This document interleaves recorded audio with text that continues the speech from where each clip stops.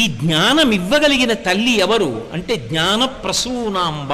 తూర్పున సూర్యకిరణములు పడితే కానీ పువ్వులు విచ్చుకో. అది మామూలు పువ్వు కాదు, నీ గుండెలలో జ్ఞాన కుసుమం విచ్చుకునేటట్టుగా నేను అనుగ్రహించగలను. అందుకే ఇక్కడొక్క చోటే తల్లి తల మీరు జాగ్రత్తగా చూస్తే కొద్దిగా ఇలా పక్కకి వాల్చి ఉంటుంది. పరిశీలనాత్మకంగా ప్రయత్నపూర్వకంగా అవతల వారి మనసులో ఉన్న భక్తిని ఆవిడ చూసి అనుగ్రహిస్తుంది.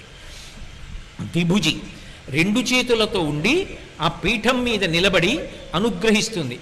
చాలామంది పెద్దలు ఒక మాట చెప్తుంటారు, ఆమె నడుముకు పెట్టుకున్నటువంటి వడ్డాణం సర్పవడ్డాణం ఉంటుంది, ఆ వడ్డాణం వంక చూసినా కూడా రాహుకేతువులు శాంతి పొందుతారంటారు. ఈ క్షేత్రంలో రాహుకేతు క్షేత్రం కదా ప్రధానంగా. ఆయన ఎలా అనుగ్రహిస్తాడో ఆవిడ ఎలా అనుగ్రహిస్తుంది.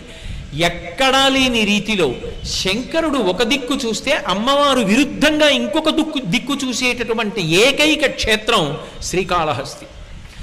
రెండు విధాలుగా ఇహము పరము ఇవ్వగలిగినటువంటి క్షేత్రం శ్రీకాళహస్తి.